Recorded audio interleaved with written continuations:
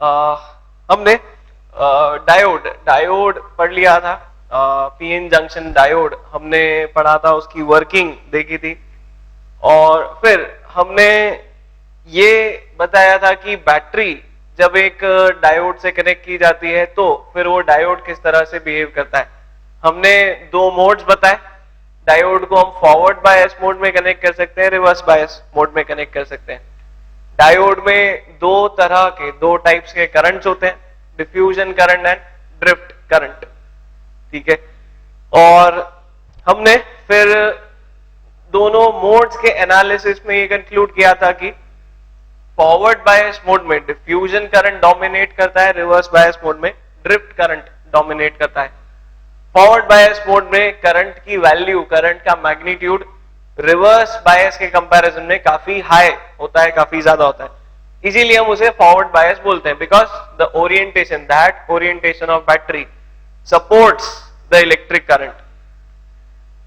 अब हमें जो देखना था, हमें अब जो एनालाइज करना था, समझना था, that was what happens when we change the forward bias voltage and when we change the reverse bias voltage। Voltage अलग अलग करने पर, बदलने पर डायोड किस तरह से बिहेव करता है, उसमें करंट की वैल्यू किस तरह से चेंज होती है, ये अब हमें वहां देखना था। सो ये जो अब हम एनालाइज करने जा रहे हैं, this is again similar to, this is a similar analysis that we do in photoelectric effect। जैसा हम photoelectric effect में एक एनालिसिस करते हैं, हमने पहले बिना किसी एक्सटर्नल पोटेंशियल डिफरेंस वाला केस देखा था, जिसमें सिर्फ रेडिएशन आती है और फोटो करंट डेवलप होता है। फिर हमने एक फॉरवर्ड बायस वोल्टेज लगाया था और हमने बताया था वहां करंट इंक्रीज करता है, सैचुरेट होता है and so on. Reverse bias voltage में करंट डिक्रीज होता है और अल्टीमेटली करंट जीरो हो जाता है। इन a similar fashion, in a similar way, हम यहां पर डायोड में करंट का वेरिएशन देखना चाहते हैं, करंट का वेरिएशन समझना चाहते हैं with the variation in potential difference, with the variation in voltage. इसको हम बोलते हैं the IV characteristic. It is called the IV characteristic of diode.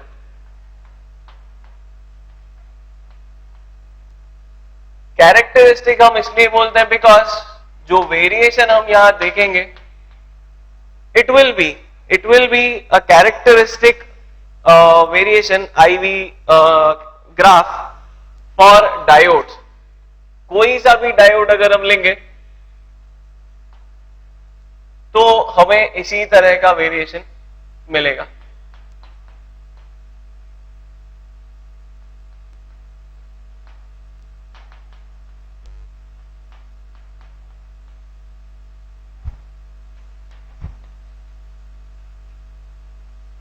IV characteristic of a PN junction diode।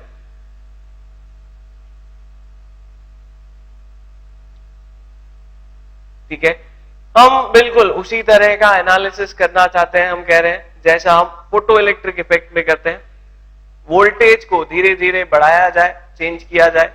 पहले forward bias में हम very करके देखते हैं, समझते हैं कि क्या होना चाहिए, फिर रिवर्स बायस में वेरी करके देखते हैं क्या होना चाहिए। Now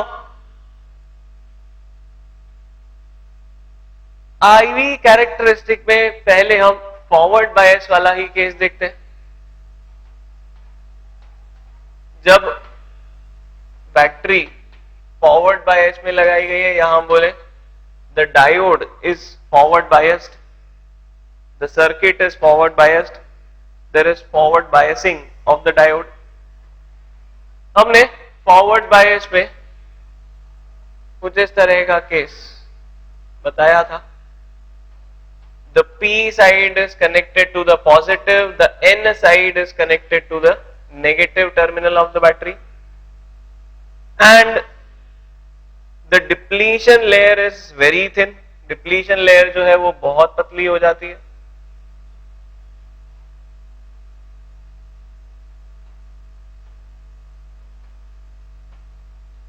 depletion layer becomes very thin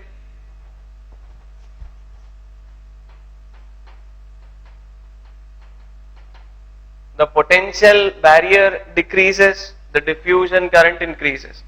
ये सारे कंक्लूजन, ये सारी बातें हमने बता रखी है। The direction of flow of current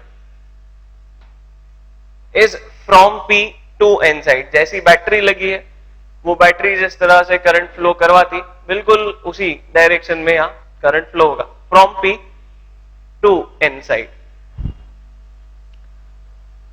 अब हम यहां पर हमारा एनालिसिस करना स्टार्ट करें। सोचें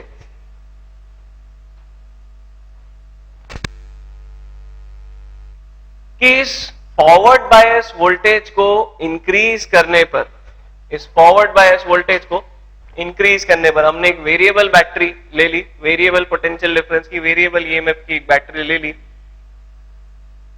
इसके पोटेंशियल डिफरेंस को धीरे धीरे बढ़ाने पर, धीरे धीरे इंक्रीज करने पर क्या क्या वेरिएशंस, क्या क्या चेंजेस होने चाहिए, वो अब हम एनालाइज करना स्टार्ट करते हैं।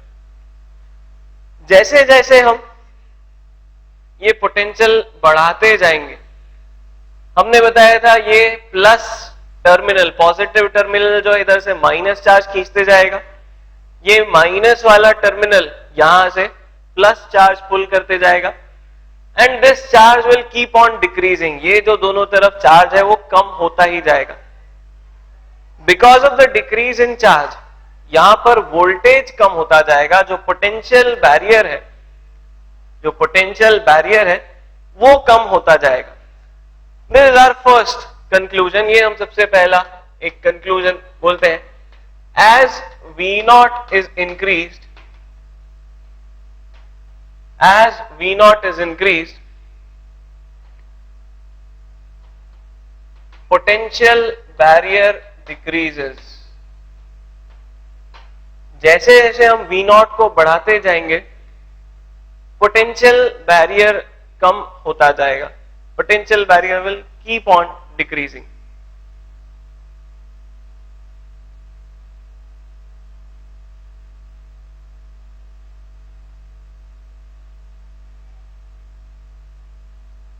ठीक है। नाउ पोटेंशियल बैरियर डिक्रीज होने से क्या होता है, ये हमने बता रखा है। As the potential barrier decreases, the diffusion becomes easier. Diffusion होना बहुत ही सिंपल, बहुत ही इजी हो जाता है। ठीक है, diffusion becomes easier. The diffusion of electrons and holes is now has more possibility. Diffusion होने की पॉसिबिलिटी बढ़ जाती है। वो वॉल जो थी, वो बैरियर जो था, वो कम होते जा रहा है, छोटा होते जा रहा है। As the potential barrier decreases, as potential barrier decreases, the diffusion current increases.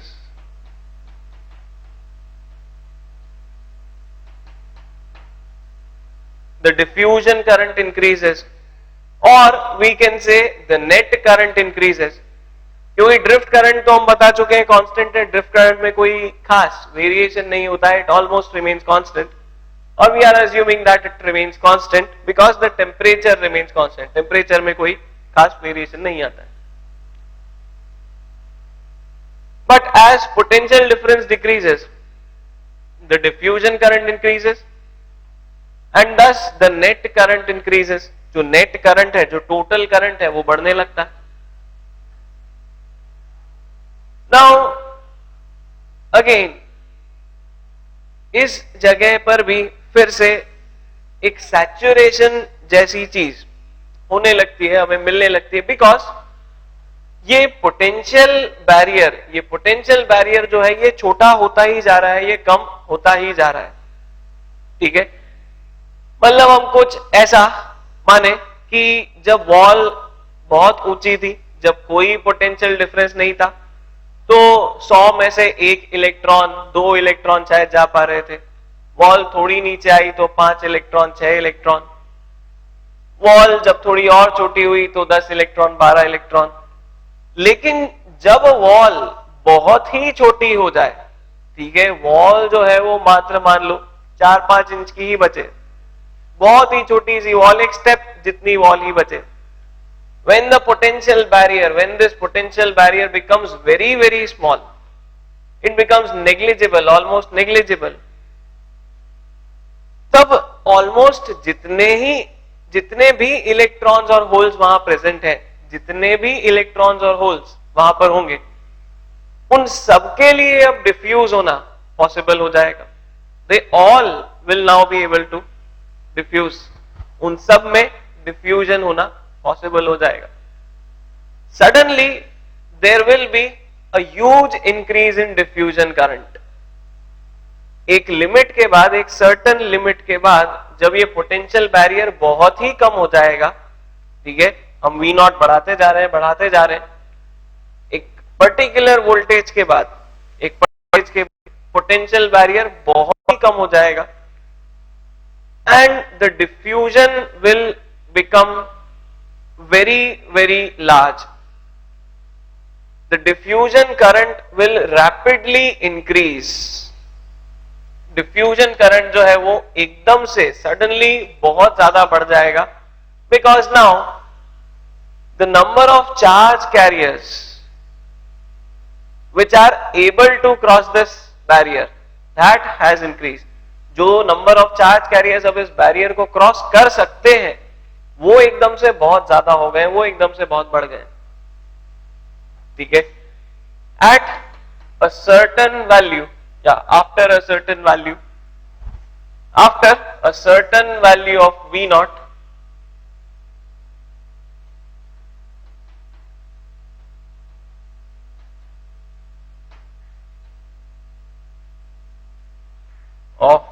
naught, potential barrier becomes very low, and thus suddenly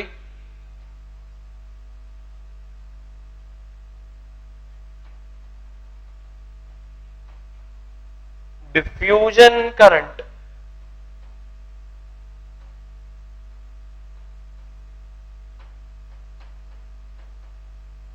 increases very rapidly.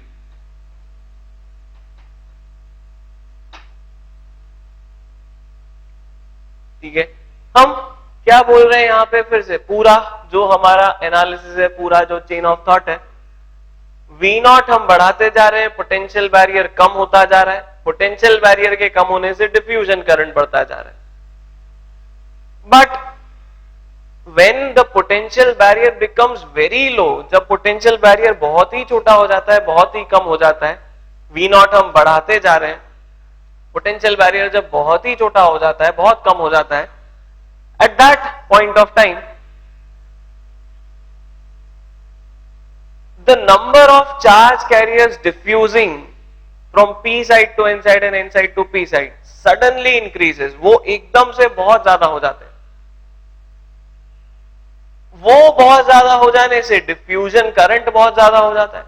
Diffusion current बहुत ज्यादा हो जाने से वहां पर जो नेट करंट है वो एकदम से बहुत ज्यादा हो जाता है. The net current suddenly increases very rapidly. एकदम से एक शार्प इंक्रीज, इस पॉइंट के बाद एक शार्प इंक्रीज इन करंट हमें मिलने लगेगा. Will observe a very sharp increase in current.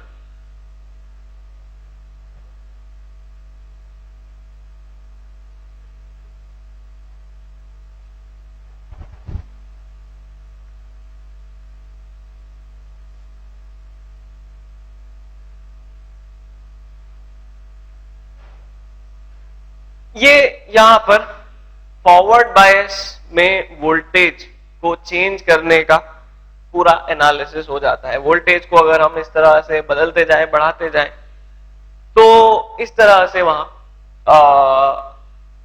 Current में वेरिएशन होता है, करंट इस तरह से बदलता है. Now since this current is increasing very rapidly, तो अब जो मिली एम्पियर के ऑर्डर का करंट होता था वो हो सकता है फ्यू एम्पियर्स के ऑर्डर का हो जाए. और अब जब ये करंट इतना ज्यादा हो जाएगा, after that the value of current will keep on increasing and now it will start contributing to joule heating.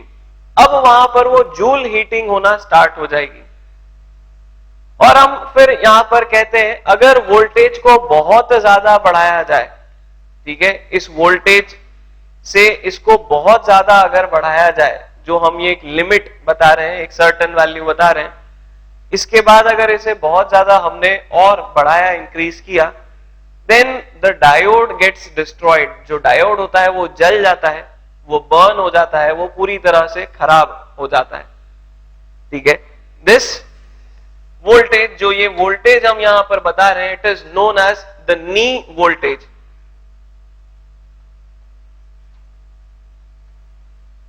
This value of V naught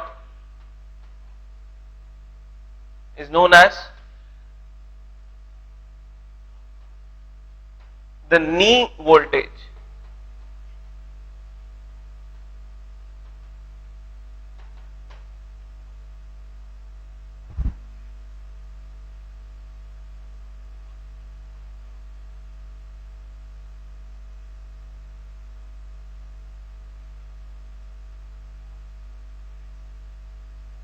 ठीक है,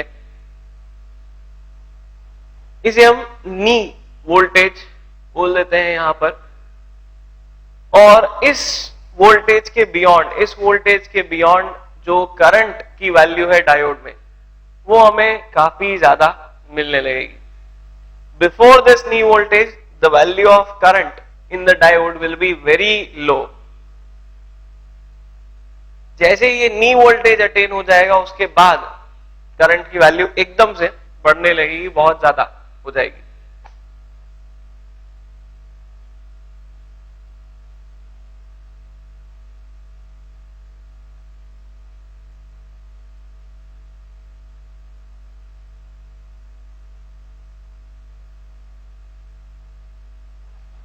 ठीक है ना।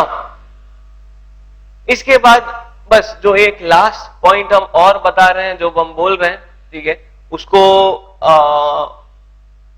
बहुत ज्यादा डिटेल में हम एक्सप्लेन तो नहीं कर पाएंगे यहाँ पे। It is a practically observe phenomena. ये मैन्युफैक्चरिंग जब होती है डायोड की, तो वहां पर रिसर्च करके और जब उसका डेवलपमेंट होता है, तब फिर ये बात वहां पर बताई जाती है, स्पेसिफाई की जाती है that if the value of voltage across this diode is increased beyond a certain value, ठीक है, जो मैन्युफैक्चरर होता है, जो डायोड बनाता है, जो डायोड प्रोड्यूस करता है, मैन्युफैक्चर करता है, वो उस डायोड पर एक वोल्टेज की लिमिट सेट कर देता है। और उस वोल्टेज से ज्यादा वोल्टेज लगाने पर, वहां पर अगर हम वोल्टेज को उस वैल्यू से ज्यादा अगर हम सप्लाई दें डायोड पर, तो फिर वो डायोड डिस्ट्रॉय हो जाता है। हम ऐसा बोलते हैं, वो अंदर से जो है वो बर्न हो जाता है, जल जाता है, डिस्ट्रॉय हो जाता है, डैमेज हो जाता है, and then it can no longer be used. उसका फिर कोई यूज नहीं हो सकता। तो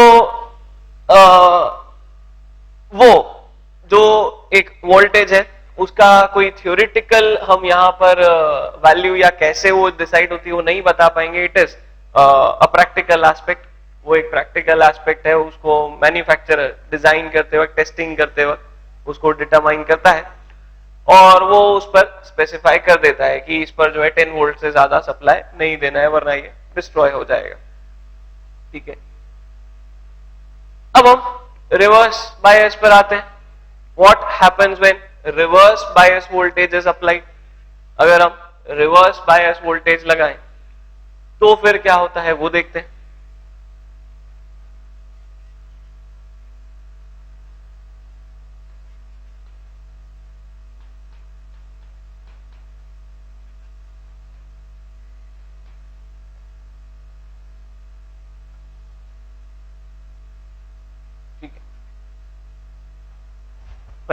नाउ रिवर्स बायस का भी सर्किट हम जानते हैं। सर्किट हमने बता ही दिया था। The negative terminal connected to the P side, positive terminal connected to the N side. Large depletion layer, huge depletion layer.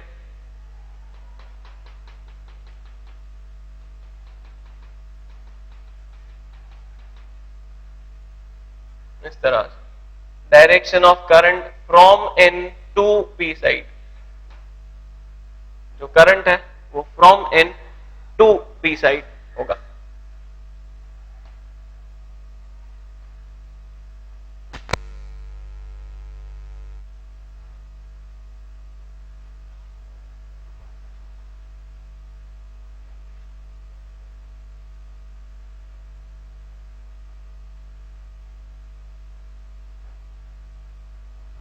ठीक है, शॉर्ट में ये सारे पॉइंट्स हम फिर से रिवर्स बायस के लिए भी एक बार बता दें, एनालाइज कर लें. हम एक बार तो बता ही चुके हैं, डिस्कस कर चुके हैं, हम एक बार फिर से यहां इन्हें देख लें. जैसे जैसे हम V0 बढ़ाएंगे तो पोटेंशियल बैरियर अब बढ़ेगा, इंक्रीज करेगा. ठीक है, एज बिल्कुल इसी तरह से हम लिखते जाए, as V0 increase potential barrier will also increase. Now in the case of reverse biasing, reverse biasing के केस में V0 बढ़ाने पर potential barrier भी बढ़ेगा, increase करेगा. As potential barrier increases, the diffusion current decreases. As potential barrier increases, diffusion current decreases. जैसे जैसे potential barrier बढ़ेगा, डिफ्यूजन करंट कम होता जाएगा, डिक्रीज होता जाएगा.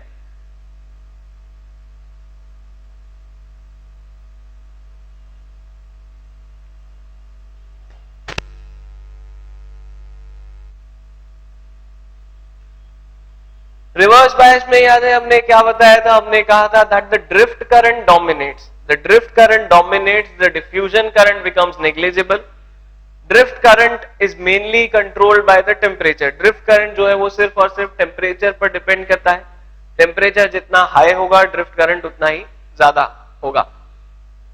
ठीक है, सो जैसे जैसे यहां पर हम V0 बढ़ाते जाएंगे, डिफ्यूजन करंट तो कम होता ही जाएगा.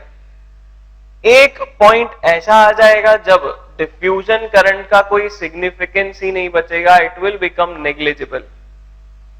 वहां पर सिंपली ड्रिफ्ट करंट ही बचेगा, diffusion current will become approximately zero, it will become negligible. जैसा हम यहां पर बोल रहे थे, अब उसी तरह से यहां पर भी एक फिनोमेना होगा.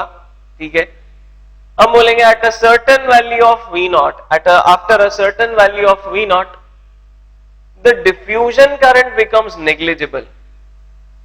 The diffusion current becomes negligible, and the net current is approximately equal to the drift current itself.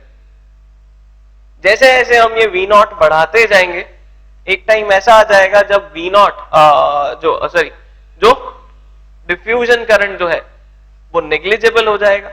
The diffusion current will become negligible, and therefore the net current will be approximately equal to the drift current itself, जो कि constant होगा, because वो सिर्फ temperature पर depend कर रहा है. क्योंकि वो सिर्फ टेम्परेचर पर डिपेंड कर रहा है, इसलिए वो कांस्टेंट हो जाएगा. फिर इट विल बिकम कांस्टेंट, वो फिक्स हो जाएगा. ठीक है, सो यहां पर after a certain value of V0,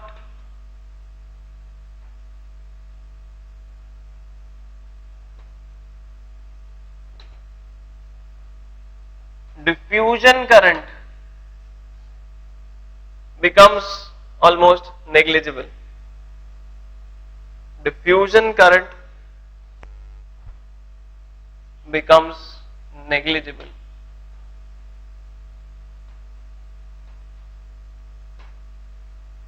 diffusion current जो है वो नेग्लिजिबल हो जाता है, एंड दस net current becomes approximately equal to the drift current.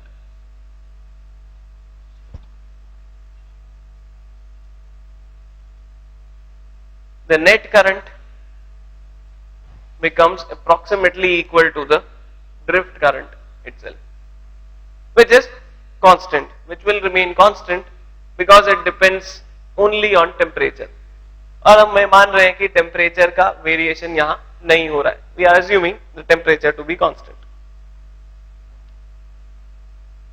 ये एक तरह से सैचुरेशन जैसा ही केस हो गया.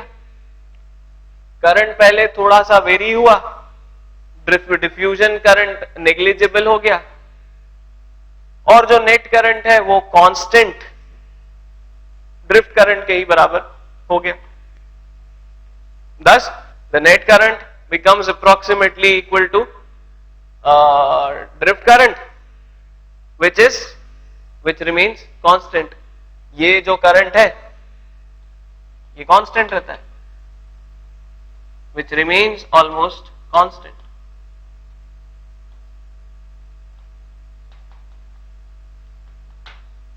Which remains almost constant. जो almost constant ही बना रहता है, कोई वेरिएशन ही नहीं है उसमें.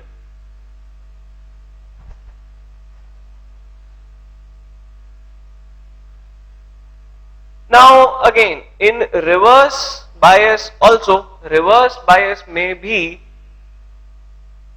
जो हमने डायोड के डैमेज होने वाली बात बताई वो यहां पर रिवर्स बायस में भी पॉसिबल होती है.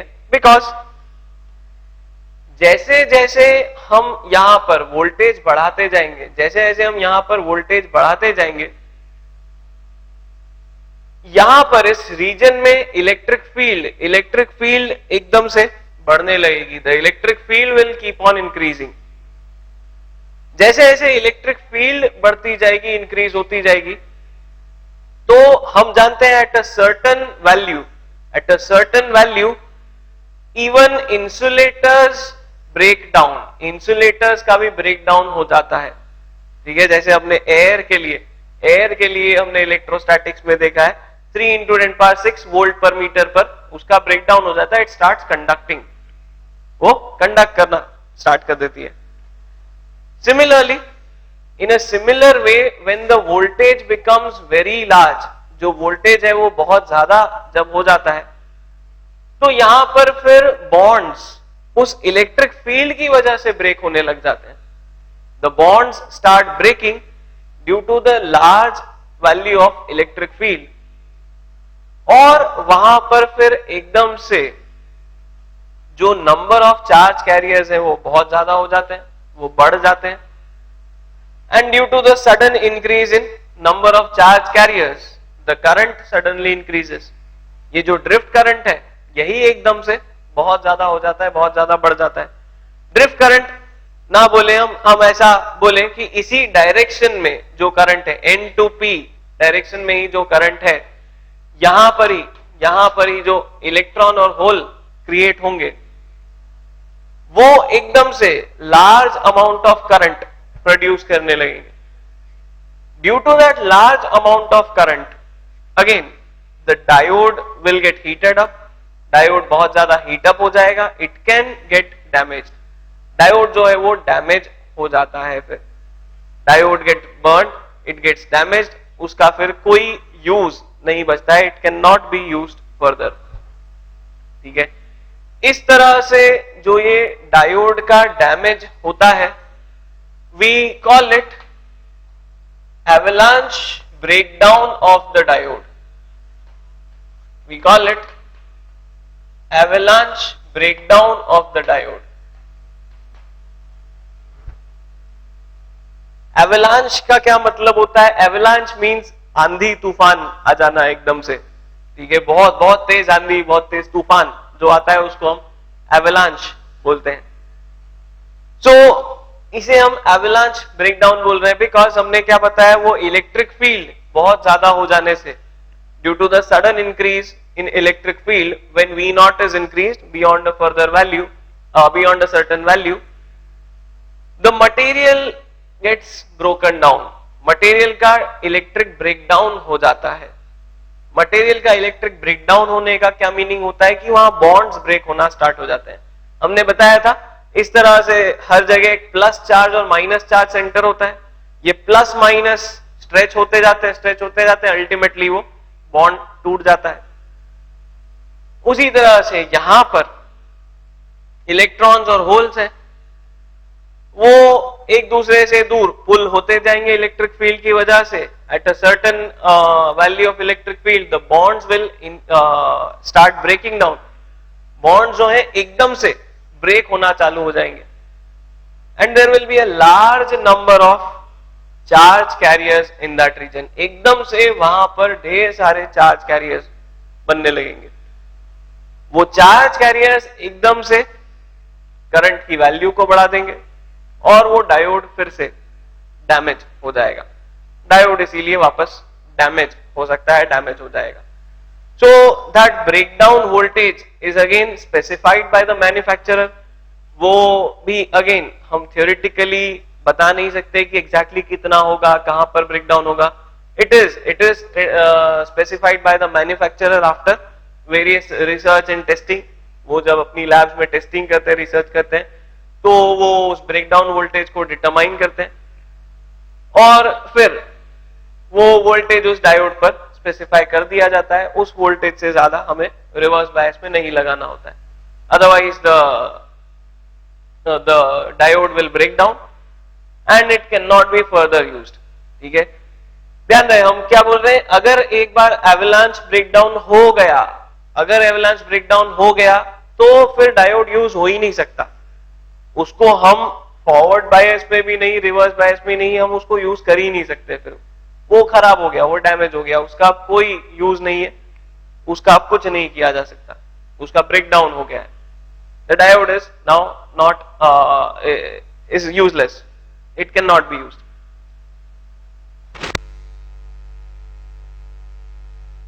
ठीक है, एवलांच ब्रेकडाउन क्या बता रहे हैं हम, समझ में आ रहा है। इसको भी अगेन चाहो तो लिख लो, हम शॉर्ट में इसके बारे में लिख ले। हम क्या कह रहे हैं, that when V naught is increased beyond a certain value, when V naught is increased beyond a certain value in reverse bias,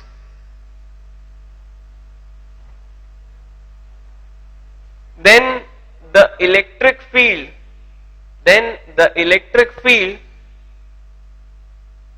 becomes large enough for electric breakdown. Then the electric field becomes large enough for electric breakdown.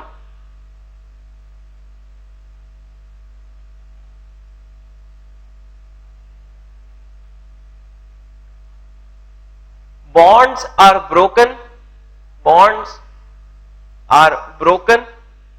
and a large number of electron hole pairs are created. Bonds are broken and a large number of electron hole pairs are created.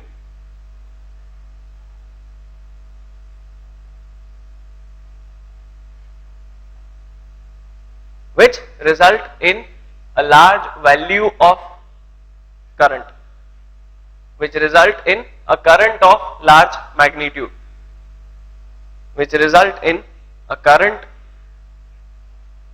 of large magnitude.